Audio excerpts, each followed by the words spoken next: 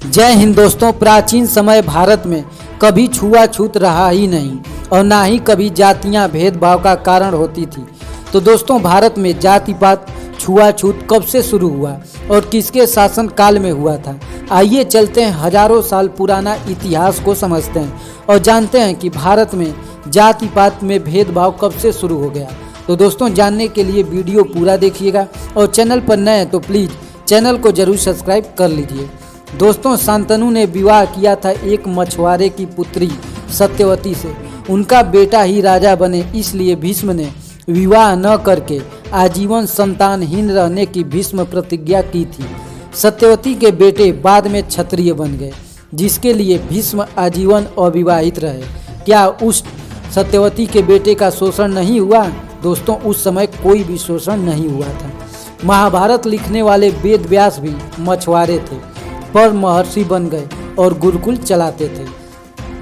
विदुर, जिन्हें महापंडित कहा जाता है, वो एक दासी के पुत्र थे, लेकिन हस्तिनापुर के महामंत्री बन गए।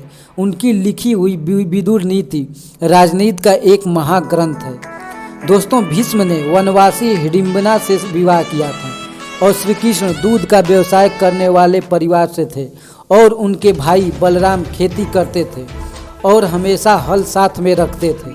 श्री कृष्ण यादव होते हुए भी क्षत्रिय का काम किया, कई प्रांतों पर शासन किया और गीता जैसे ग्रंथ विश्व को दिए।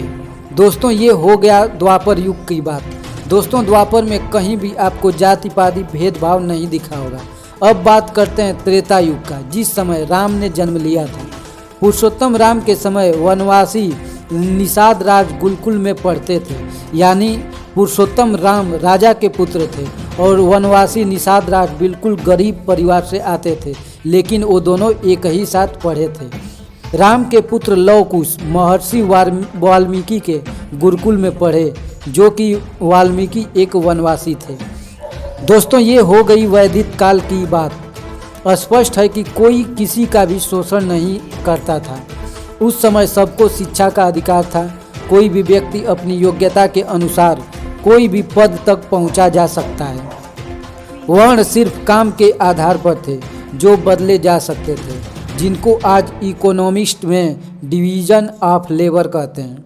अब प्राचीन भारत की बात करें तो भारत के सबसे बड़े जनपद मगध पर जिस नंद वंश का राजा राज्य करता था, वो जाति से नाई थे। नंद वंश की शुरुआत महापनंद ने की थी, जो कि राजा नाई थे। बाद में वो राजा बन गए, फिर उनके बेटे भी बाद में क्षत्रिय ही कहलाए। उसके बाद मौर्य वंश का पूरे देश पर राज हुआ, जिसकी शुरुआत चंद्रगुप्त से हुई, जो कि एक मोर पालने वाले परिवार से थे और एक ब्राह्मण चाणक्य ने उन्हें पूरे देश का सम्राट बना दिया। 506 साल देश पर मौर्य वंश का राज रहा। फिर गुप्त वंश का राज हुआ, जो कि घोड़े का अस्तबल चलाते थे और घोड़े का व्यापार करते थे। 140 साल देश पर गुप्ताओं का राज रहा।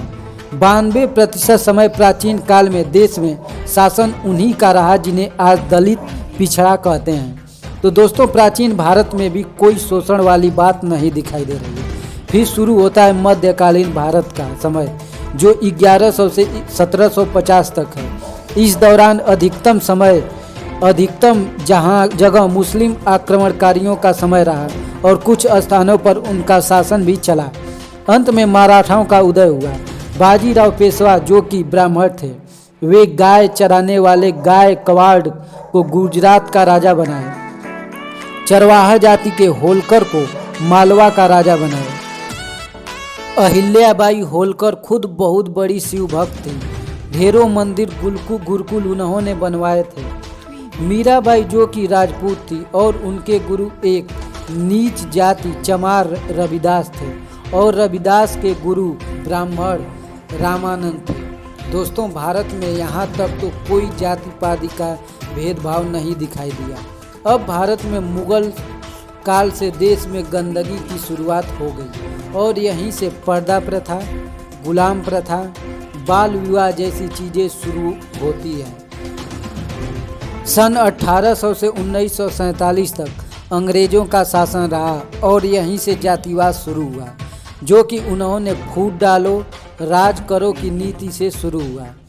अंग्रेज अधिकारी निकोलस डार्क की किताब कास्ट ऑफ माइंड में मिल जाएगा कि कैसे अंग्रेजों ने जातिवाद छूआछूत को बढ़ावा दिया और कैसे स्वार्थी भारतीय नेताओं ने अपने स्वार्थ में इसका राजनीतिकरण किया।